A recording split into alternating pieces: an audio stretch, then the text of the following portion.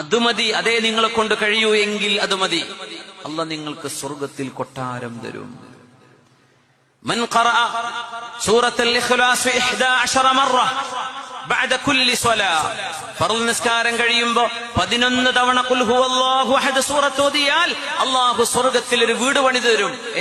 വേണ്ട വേണ്ട, നമുക്കതൊന്നും വേണ്ട, ആവശ്യമില്ല, ഞാൻ ദുബായി പോയി ഉണ്ടായിക്കോളാം. എന്നാൽ ഈ 11 ഖുൽ ഹുവല്ലാഹു എന്നെ കൊണ്ടുപോകാൻ പറ്റൂല. നമ്മൾ ഓതുന്നുണ്ടോ? എവിടെയെങ്കിലും ചെന്നാല്, ഏതെങ്കിലും സ്ഥലങ്ങളിൽ ചെന്നാൽ ഇങ്ങനെ വെറുതെ വീടുണ്ടാക്കി കൊടുക്കുന്നുണ്ട് എന്നൊരു മനുഷ്യനെ പറ്റി കേട്ടാൽ ആ നാട് മൊത്തം ബ്ലോക്കാണ്, അടുക്കാൻ പറ്റൂല. അള്ളാഹു പറയാ 11 ഖുൽ ഹുവല്ലാഹു അഹദിന് ഞാൻ ഉണ്ടാക്കി തരാം.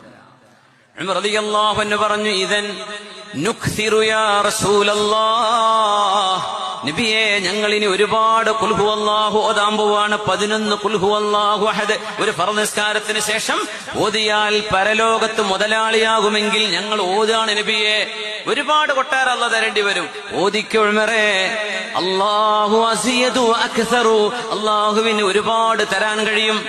അള്ളാഹ്ക്ക് തരാൻ ബുദ്ധിമുട്ടുണ്ടെന്ന് വെച്ചാൽ ഓതാതിരിക്കണ്ട, നിങ്ങൾ ഓദിക്കോ, അള്ളാഹ് കോടിക്കണക്കിന് കൊട്ടാരം നിങ്ങൾക്ക് തന്നേക്കാം, അള്ളാഹ്ക്ക് തരാൻ കഴിയും, ഓദിക്കോളൂ, അതുകൊണ്ട് ഓതാതിരിക്കണ്ട.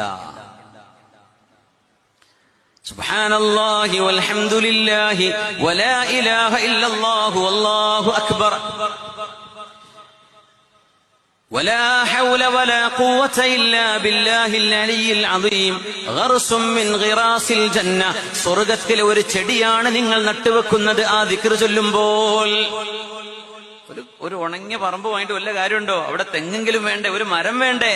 നിങ്ങളുടെ സ്വർഗ്ഗത്തിൽ നട്ടുപിടിപ്പിക്കാനുള്ള മരങ്ങൾ നിങ്ങളുടെ നാവ് കൊണ്ട് ചൊല്ലുന്ന ദിക്റുകളാണ്.